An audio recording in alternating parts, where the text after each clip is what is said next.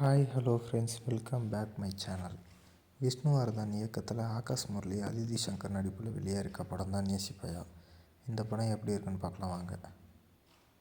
அதிதி சங்கர் மீது காதல் வசப்படும் ஆகாஷ் முரளி அவரிடம் அதை வெளிப்படுத்துகிறாரு. முதல்ல மறுக்கும் அதிதி பின்னர் சில காரணங்கள் கூறி, ஒருவேளை அப்படி நடந்தால் உன்னை விட்டு போயிடுவேன் என்று கூறுறாங்க.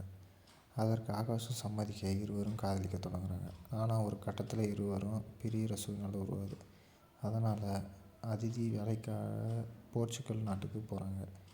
ஆனால் அங்கே கொலை வழக்கு ஒன்றில் சிக்கிக்கிறாங்க அதிதி சங்கர். 2 ஆண்டுகளுக்கு பின்னாடி காதலி சிறைக்கு போயிருக்கா அப்படின்றத ஆகாஷ் போர்ச்சுகல் போகிறாரு. இதனை தொடர்ந்து அதிதி கொலை செய்தாரா, ஆகாஷ் எப்படி அவரை வழக்கிலேருந்து காப்பாற்றினார்ன்றது தான் படத்தோட மீதி கதை. கிட்டத்தட்ட 10 ஆண்டுகள் இடைவெளிக்கு பிறகு விஷ்ணுவர்தன் தமிழில் மீண்டும் இயக்குறாரு.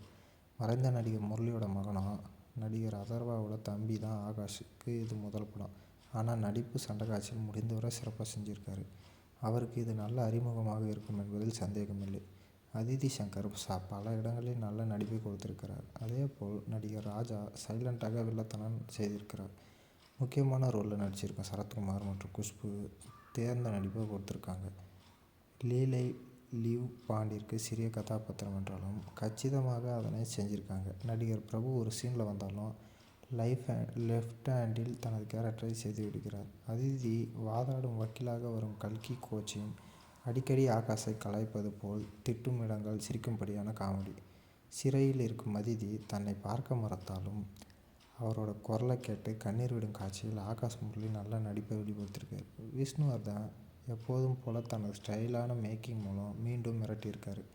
ரொமான்டிக் த்ரில்லர் படமாக இருந்தாலும் காதல் சம்பந்தப்பட்ட காட்சியில் வில்ல குறைவு தான். ஆனால் அதனை நிரப்புற வகையில் அமைவது இவனோட இசை.